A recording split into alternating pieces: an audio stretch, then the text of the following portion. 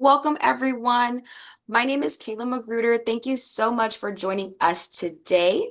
Today, I have with me Dr. Ava Silvestre, a faculty member in our International Health and Sustainable Development Department, but also our lovely Dean for Institutional Excellence and Opportunity.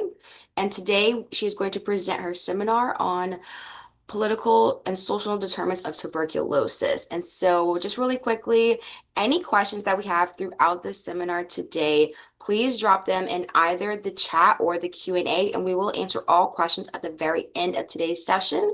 And I will let Dr. Silvestre take it away. Wonderful. Thank you so much, Kayla, and thank you all for hanging out and waiting.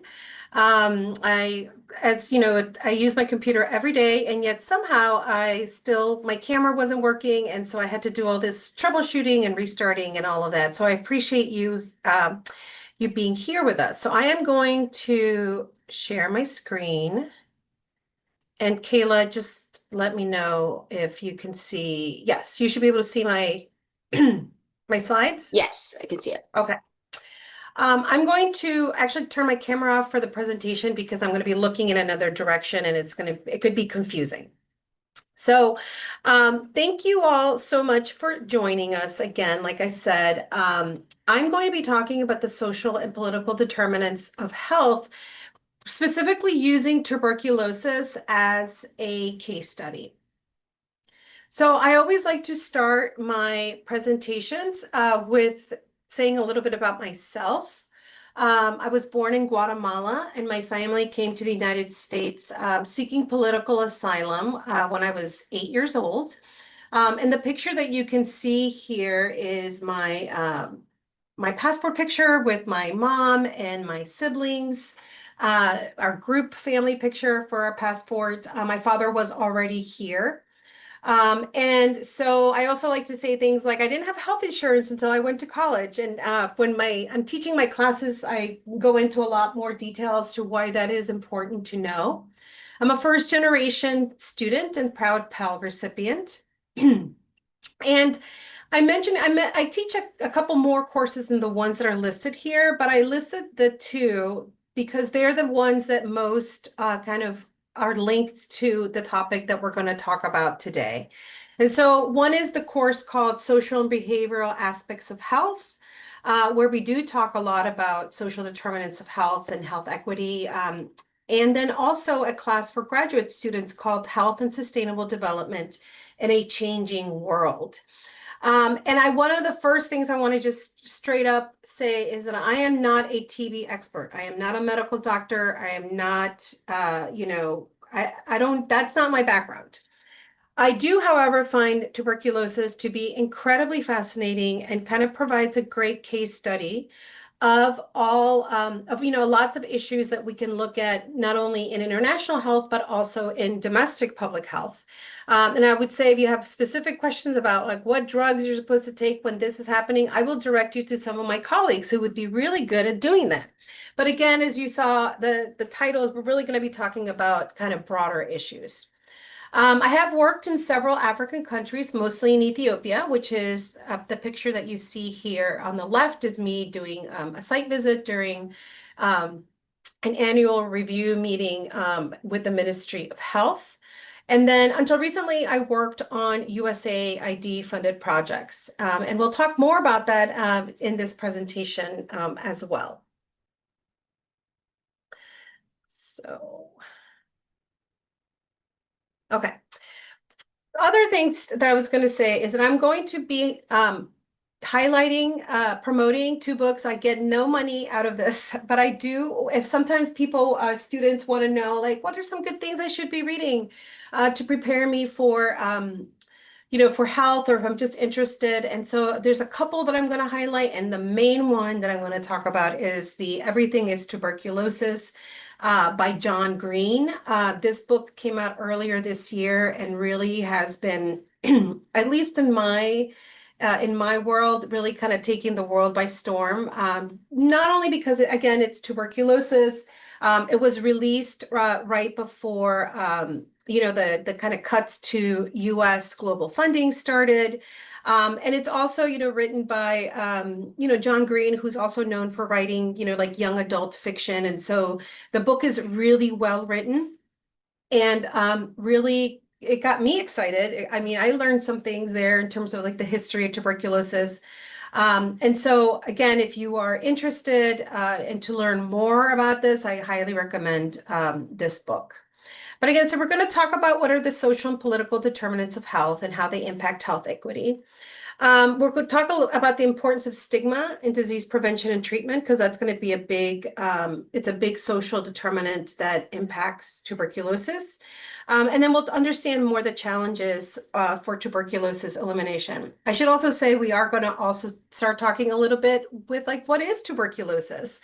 I've been teaching, public health for maybe 17 years at this point. And it's been interesting when we do talk about tuberculosis to hear what students know and what students don't know.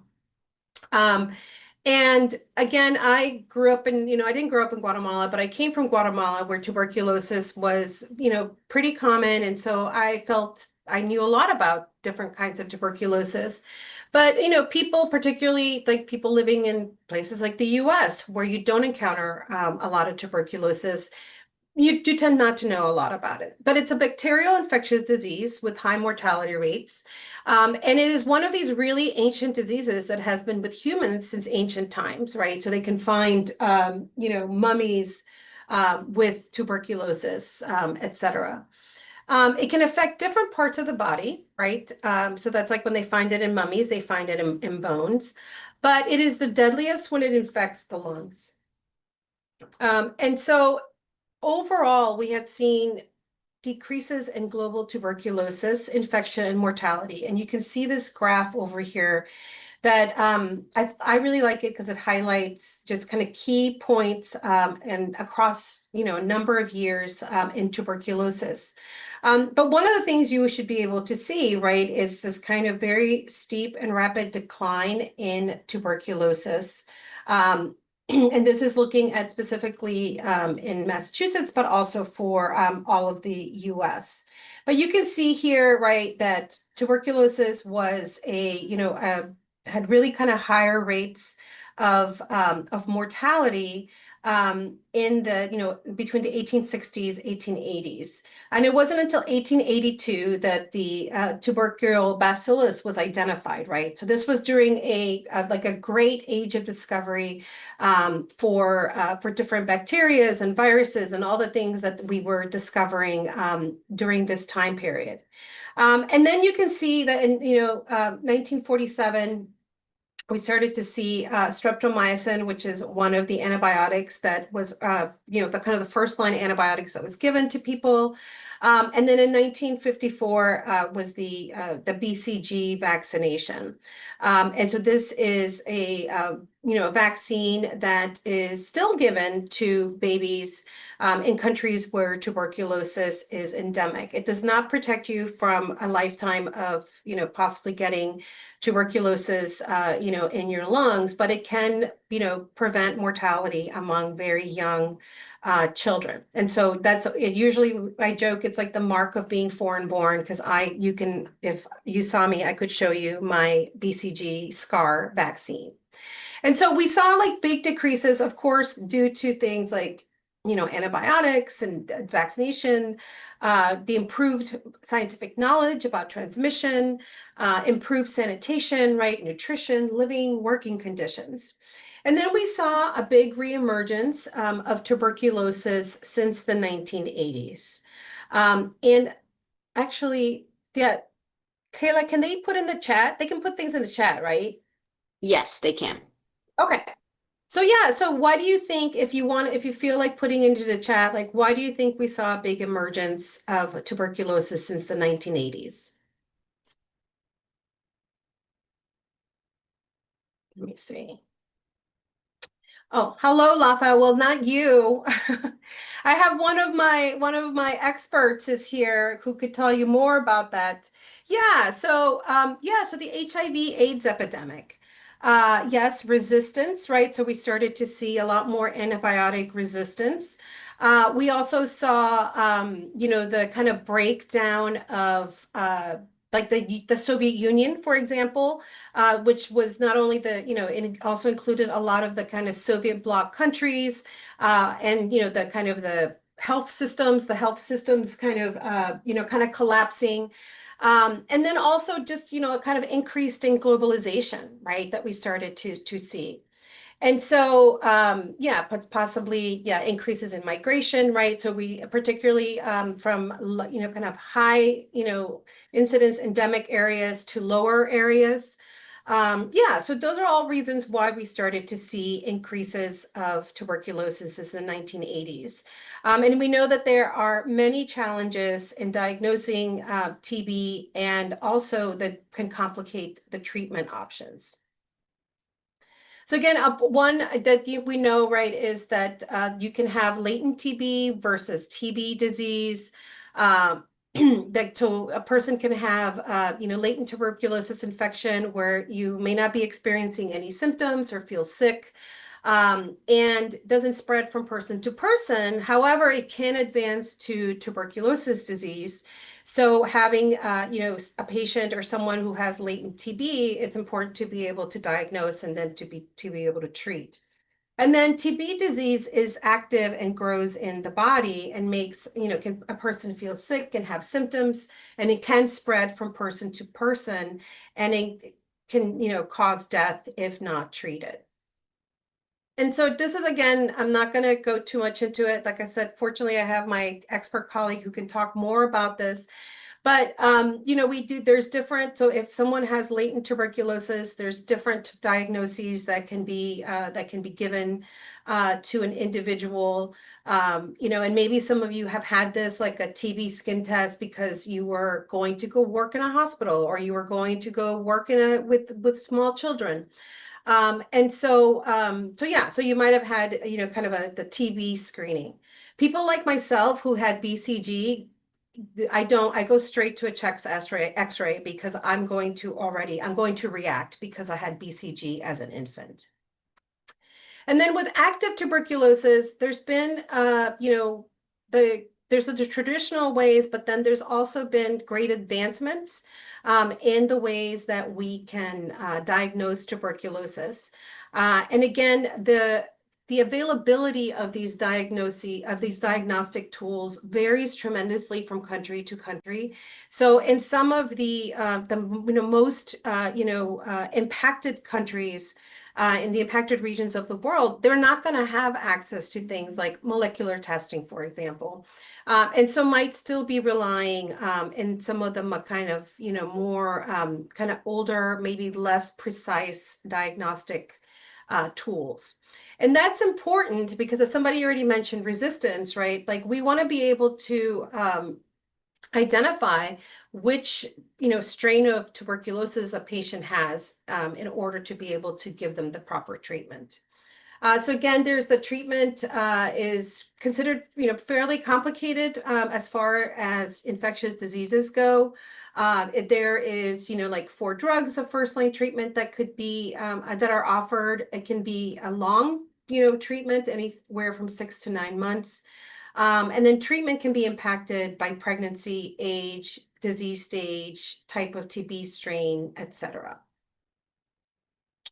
And then there's a series of also second line drugs that can be given if the strain of tuberculosis that a patient has is resistant to the first line set of drugs. And again, second line drugs are not equally distributed across the world, which is going to be one of the kind of issues that we're going to be covering in this presentation. Yeah, and so this is just from the World Health Organization. This is from the 2023 Global Tuberculosis Report. And I wanted to just show these maps again, just to kind of highlight, places where we are seeing higher TB incidence rates. And so you'll see that there is the kind of the concentration in some countries in Africa, in Southeast Asia, India, as well as places in South America, such as Peru and Bolivia, where they're experiencing higher incidence rates for tuberculosis. And then the second figure here is just also looking at number of people who've developed multi-drug resistant tuberculosis. And so here again, you can see where there are, places where we're seeing, kind of pockets of locations where we are seeing more drug resistance to tuberculosis. And again, this is something too that I like to highlight, particularly as we're thinking and rethinking what our investments should be in global health in this country, is that having, multi-drug resistance tuberculosis in a place like India, it might seem like really far away, and maybe this doesn't really impact us. But again, as we already talked about with like people migrate, people move, people, are not, stuck in their one place. And so there is a possibility, right, for this type of tuberculosis to spread even further. So that kind of just, quick overview in terms of the kind of the status of tuberculosis in the world. And so now I want to go into a little bit more about the social determinants and political determinants. And if you're not familiar, right, when we're talking about the social determinants of health, these are really all the non-biological or genetic causes for diseases. And the World Health Organization defines it as the circumstances in which people are born, they grow, work, live, and age, including the broader set of forces and systems that influence the conditions of everyday life. So that's a very kind of broad definition, but here are just some examples of social determinants of health. And it can be, and again, these are just some examples. We'll go through some of them more specifically as to how they relate to tuberculosis. But, healthcare and quality, that's going to be a big component in terms of tuberculosis. And here in the US, we're thinking about like insurance coverage, health literacy, co-pays, provider availability, quality of care. And I would say that knowing how to, if you have someone with tuberculosis, like having the providers be knowledgeable and being able to treat people with tuberculosis and maybe with complicated tuberculosis.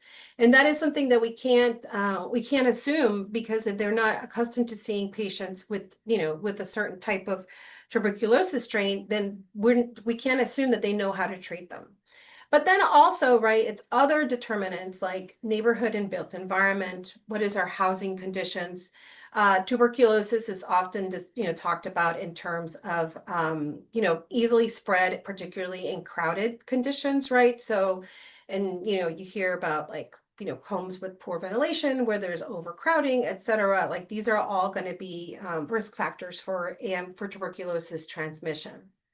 The social and community context, right? So how integrated you are into your society, into your community. What are the support systems that exist? Again, if you think about something like tuberculosis, it's a long treatment that you need to take. And so what are the support systems there to help you? And then, yeah, like stress, discrimination, all of those are going to be important as well in terms of, preventing TB infection and also curing TB infection. Economic stability is another example, right, of social determinants of health. And then education, access, and quality are going to be, are some important social determinants of health. Here's my plug for a second book, if you're interested.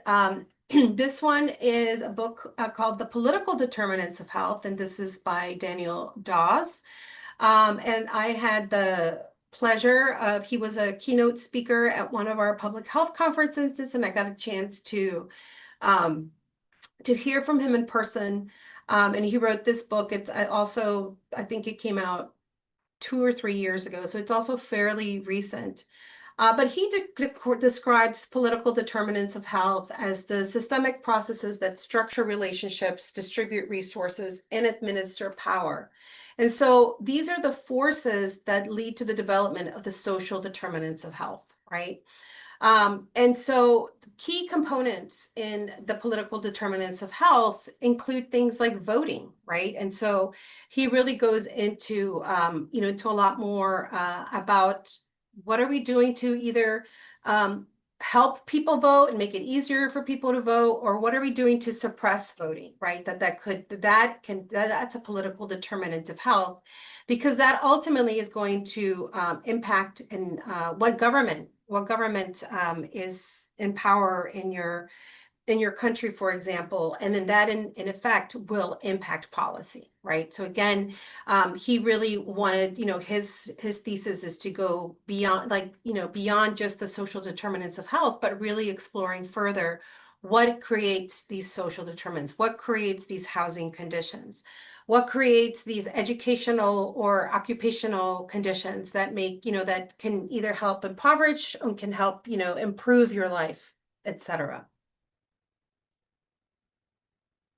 So I'm going to go through just a few, well, not a few, but more than a few, but just a little bit more of these factors and these determinants as I see kind of more specifically going, like relating to tuberculosis.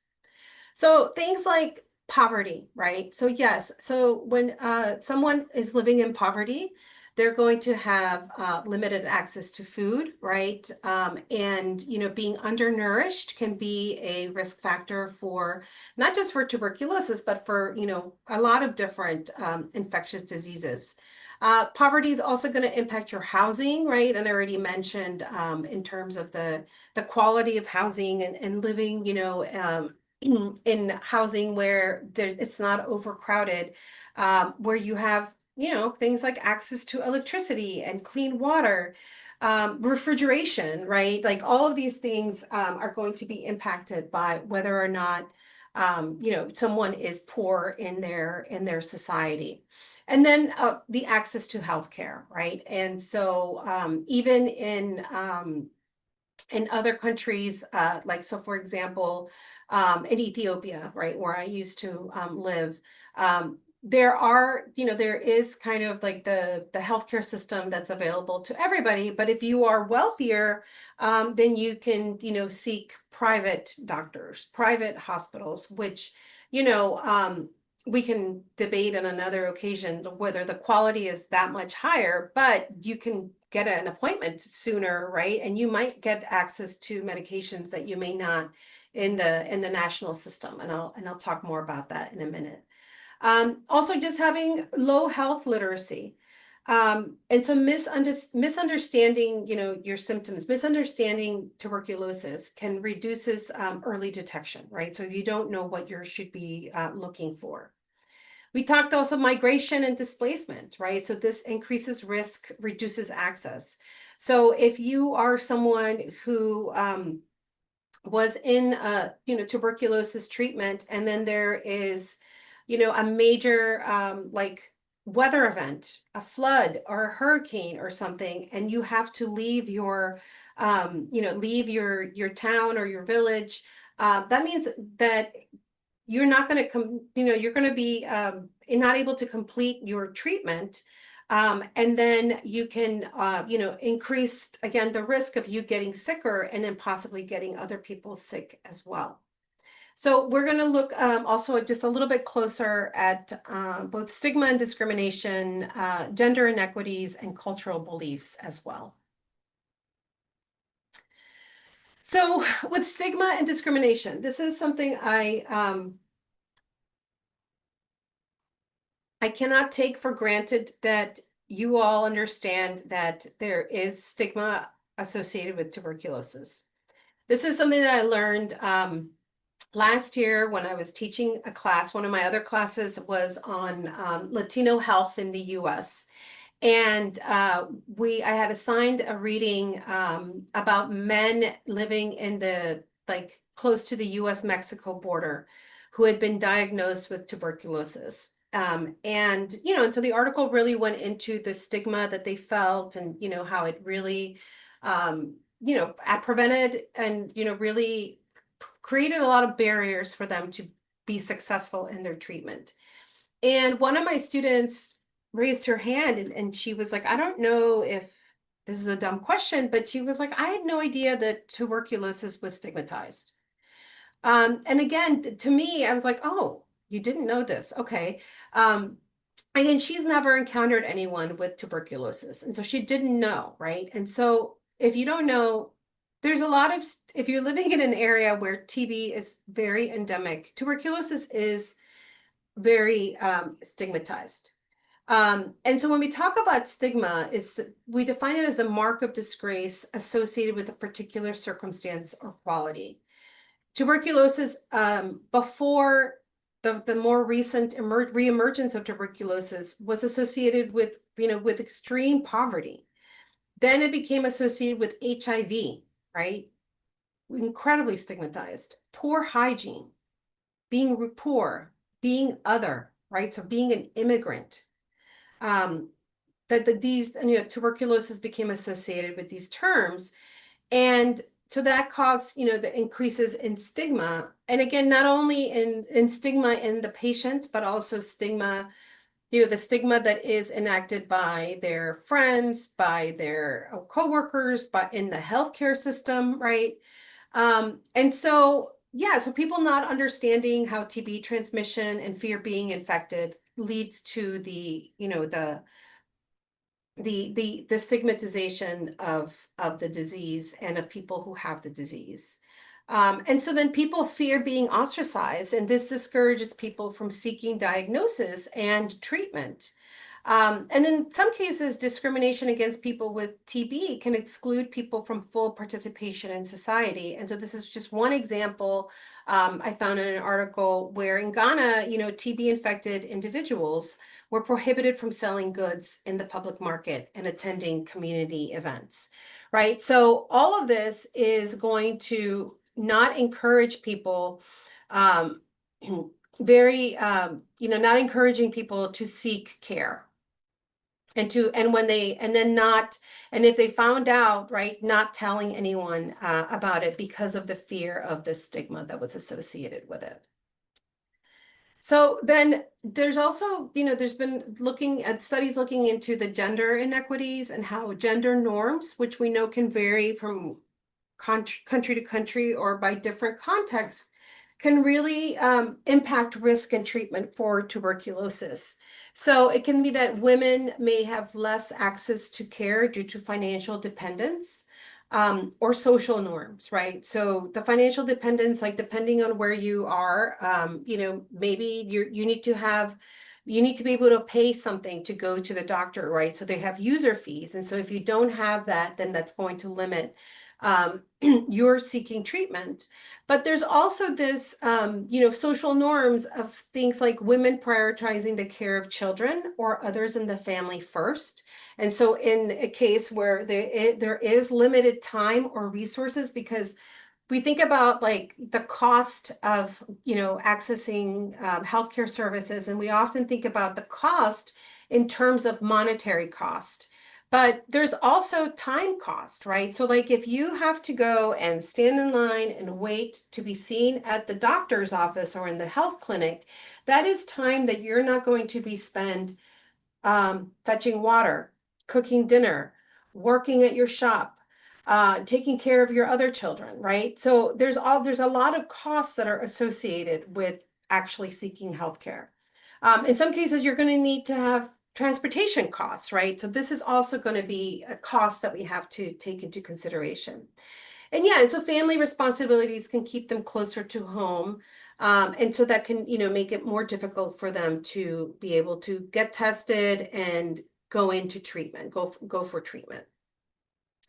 Men may delay seeking care due to norms around masculinity, right? So this is where, attitudes where, very strong attitudes where men are seen as the providers who have to, work and take care of the family can really hinder, again, seeking care.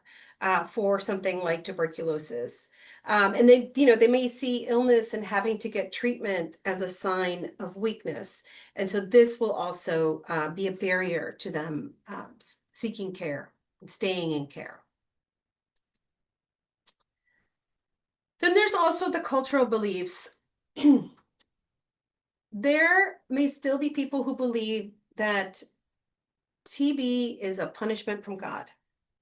And I say this in my classes all the time in many different settings, that for those of us in public health who are interested in, the development, implementation of interventions to prevent, disease spread or whatever, one of the most dangerous things that we can encounter is people thinking that it is a cause, it is from God, it is a punishment from God. Because then what can we do to intervene to help reduce transmission? What can we do if you see it as a divine punishment, right? So that's something that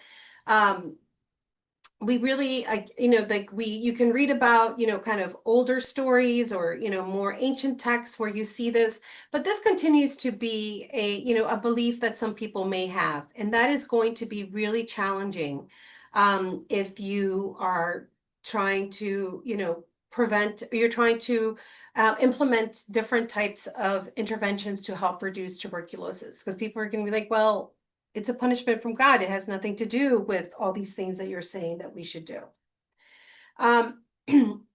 Another delay where, that could occur is that, again, in many different places, traditional and religious healers is the first point of contact when someone starts to feel ill, right? And traditional and language and religious healers may provide their own, cures, may provide, other things that they should be doing, like, that like prayer or meditation, etc. But these are all going to be, kind of just stalling tactics from actually getting treatment, right? And so that can also delay. And then there's going to be, and this is something we see here in the US as well, is just the language and communication barriers, right? And so again, particularly here in the US where, a lot of the TB burden is coming from immigrant populations, if we're not providing care that is culturally appropriate in languages that they speak, well, then that's going to be another major barrier to accessing treatment. And then in some places, right, the perception of public clinics as places of death, right? That you go there to die. And it can either be like, yes, maybe they do have, kind of high institutional infection rates or whatever, but having people not trust the healthcare system is also going to be very dangerous in terms of people delaying care. And then just some political factors, right? So the weak health systems, I'll talk a little bit about this, which can mean that there is shortages in staff who are trained to treat people with tuberculosis. The diagnostic tools, which I mentioned earlier, that there are, there are much improved diagnostic tools, but they're not available in every setting. And then also shortages in medicines, right? And what medicines are available in different communities. Sometimes we also experience low political will. Some TB can get low priority in, national health budgets when compared to, other diseases that are occurring. We can see policy gaps in terms of slow adoption of guidelines and poor integration. So that means that maybe at the international level, there's new guidelines in terms of how to treat a certain type of tuberculosis, but it takes a while for, communities and, and high endemic countries to adopt those.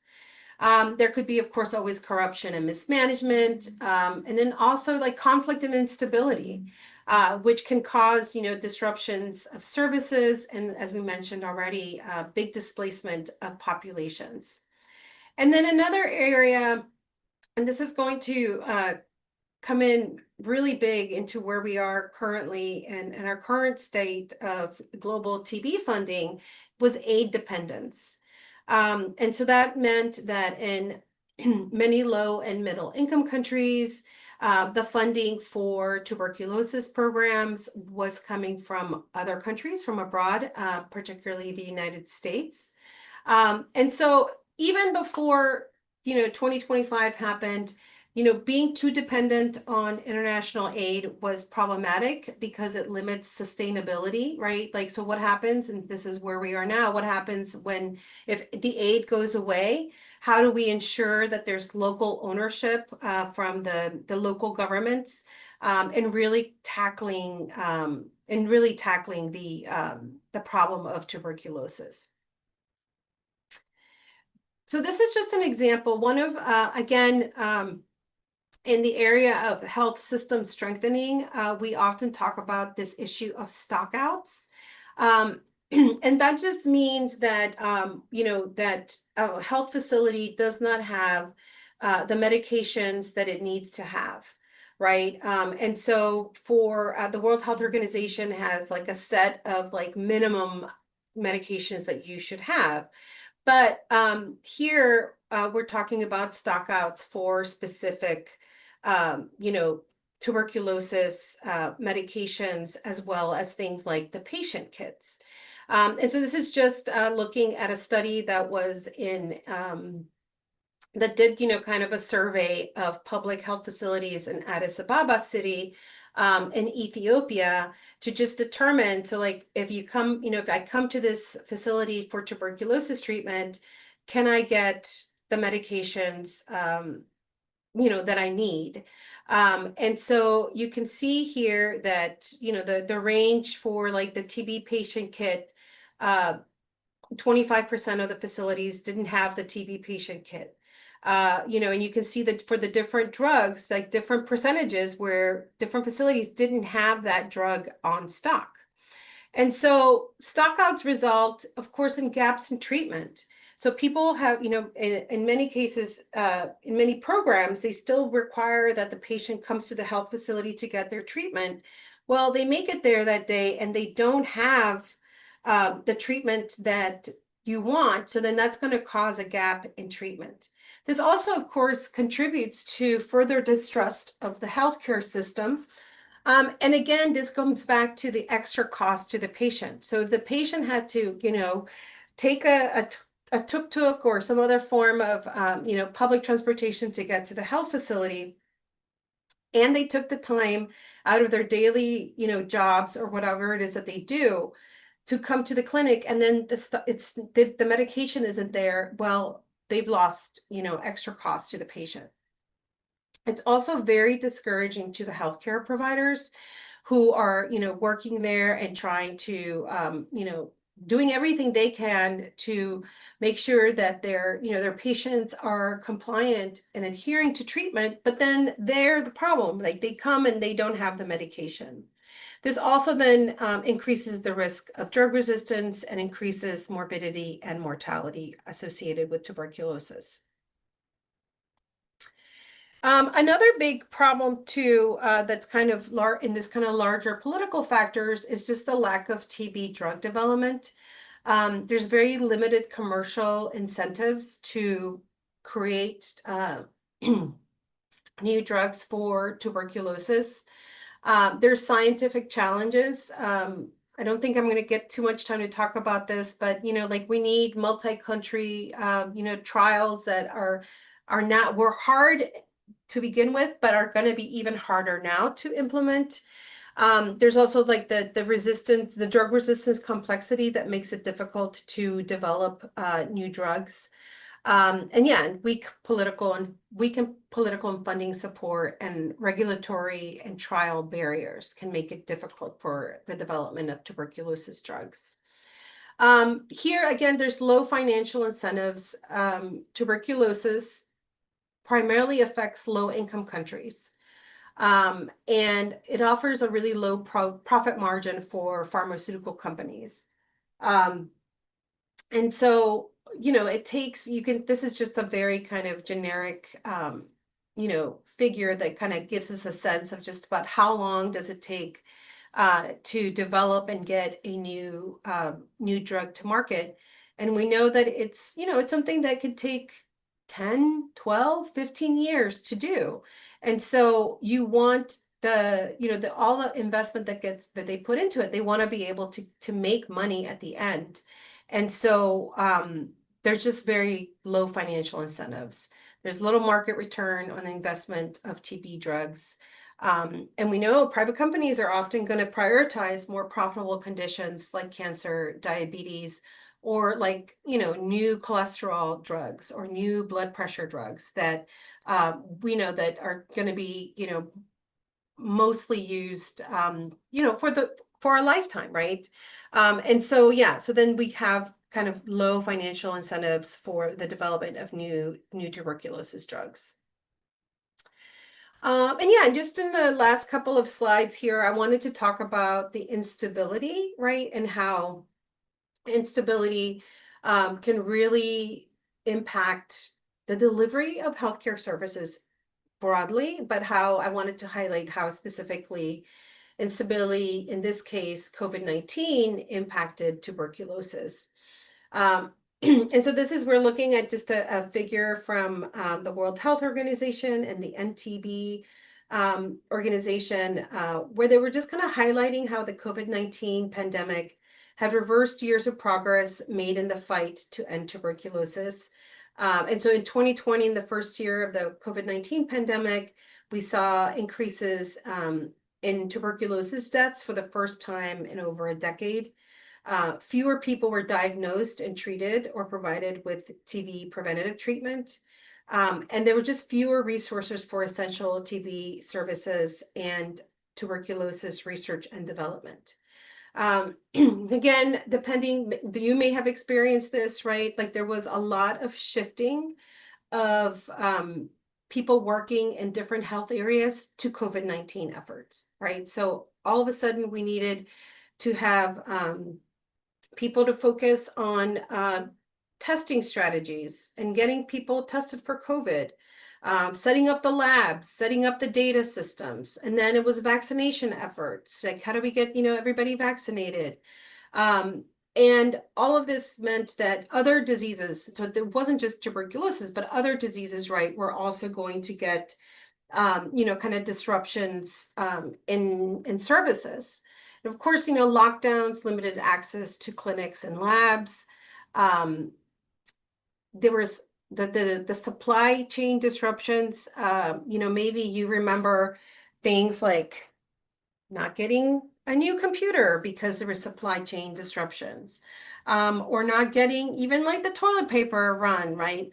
But there was also drug stockouts, right? Like there was disruption to the kind of the global supply chain network, which meant that there was an increase in stockouts.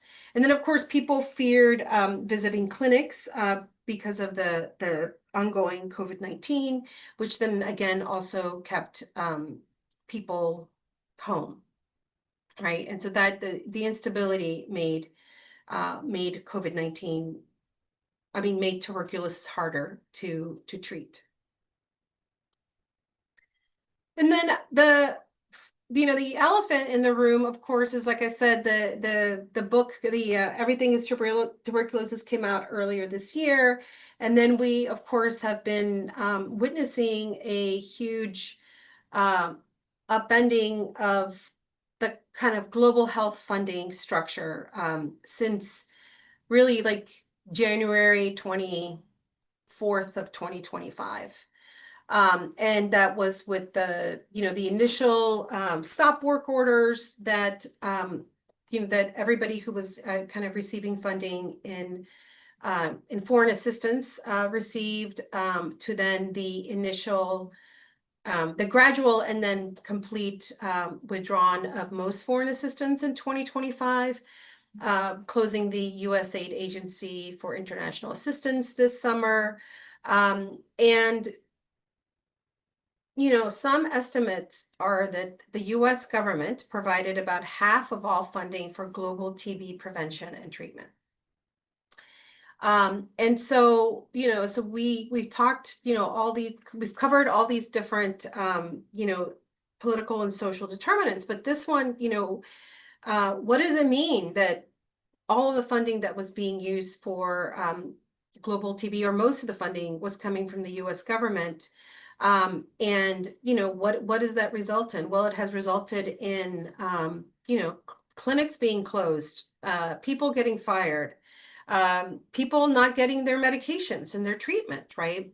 And so I just wanted to just kind of finish with just this recent article that I was looking at, that was looking at, was a modeling exercise, right? So it's not, we don't know yet what is going to be the full impact, but they did a kind of modeling exercise to see what would be expected to happen, in terms of tuberculosis mortality, et cetera. So again, here they were just looking at the difference that they're expecting, the baseline being this green line, and what they were, projecting was that there was going to be this, kind of steady decline in annual incidence rate, and mortality.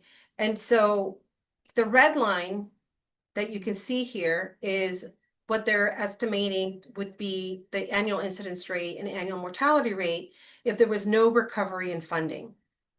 And then what would be the recovery within 1 year, right? Recovery within 3 months, right? Meaning that there would be other funders who would come in, to fill the gap that the US government left, when they cut off all these programs. So again, this is all still to be determined. Like I said, we don't know exactly, how this is all going to work out, but these are just some kind of, initial projections and modeling that was in this paper. So of course, all of these factors matter. They delay diagnosis and treatment. They're going to reduce treatment completion rates. They fuel ongoing transmission, and they're going to challenge long-term control efforts. So I'm stopping there, coming back Thank you so much, Dr. here. Silvestre, for that amazing presentation. I want to thank everyone for joining us today, and thank you so much, Dr. Silvestre, for that. It looks from the looks of the chat, we have some folks from all over the world joining us today. So thank you all for being here and for Yeah. participating today. This was amazing. If you have any Q&As, any questions, we are going to do that now. If you have any questions, please feel free, drop them in the Q&A. I'm going to start with some questions that are already in the chat now, just to kick us off. So I believe the first question we received earlier in the presentation. Okay. Since many cases of TB are latent, could the reemergence have been due to immunosuppression in HIV/AIDS? And was HIV/AIDS discovered about the same time? Yeah, this was something too that other people highlighted, that yes, it was the main driver was um, the rise of the HIV epidemic, and tuberculosis is often referred to as an opportunistic infection. So, people who are HIV positive are also, at higher risk of getting other infectious diseases, not just tuberculosis. Thank you for that. So it looks like our next question has a little background information. So the person says, hello, in my country, Kazakhstan, our NTP provides social support to patients, mainly in the form of financial compensation. However, we haven't yet conducted research on how these interventions affect treatment outcomes. Are you Hmm. aware of any socioeconomic studies that have assessed the impact of social support on TB treatment outcomes in other settings? Not off the top of my head, but I would not be surprised that if there must be. I just don't know any off the top of my head, unfortunately. Thank you. So let's see. We have some lovely comments about folks from Nigeria, Ghana, and Ethiopia, all letting us know what sorts of things are going on in their countries. All right, we have another question. Many high-burden countries rely on international grants to access new TB drugs and sustain treatment programs. With recent global funding cuts, how might this affect TB control efforts in these regions? Well, I think it's like we saw in the last kind of slide of the kind of projections. I think the potential consequences are going to be catastrophic. I don't know, maybe that's too much, but like again, the I don't think it can be stressed enough, right? Like the what discontinuation of treatment can mean for tuberculosis, right? Not only for the individual, which means that they may just get sicker and sicker and might develop multi like drug resistant tuberculosis, which could then lead to a very like they used to call it consumption, right? Like tuberculosis. And so it was a very painful, lonely death. So I think it's going to be very impactful for individuals who have tuberculosis. But again, that also means it's a person who can transmit, who is infectious.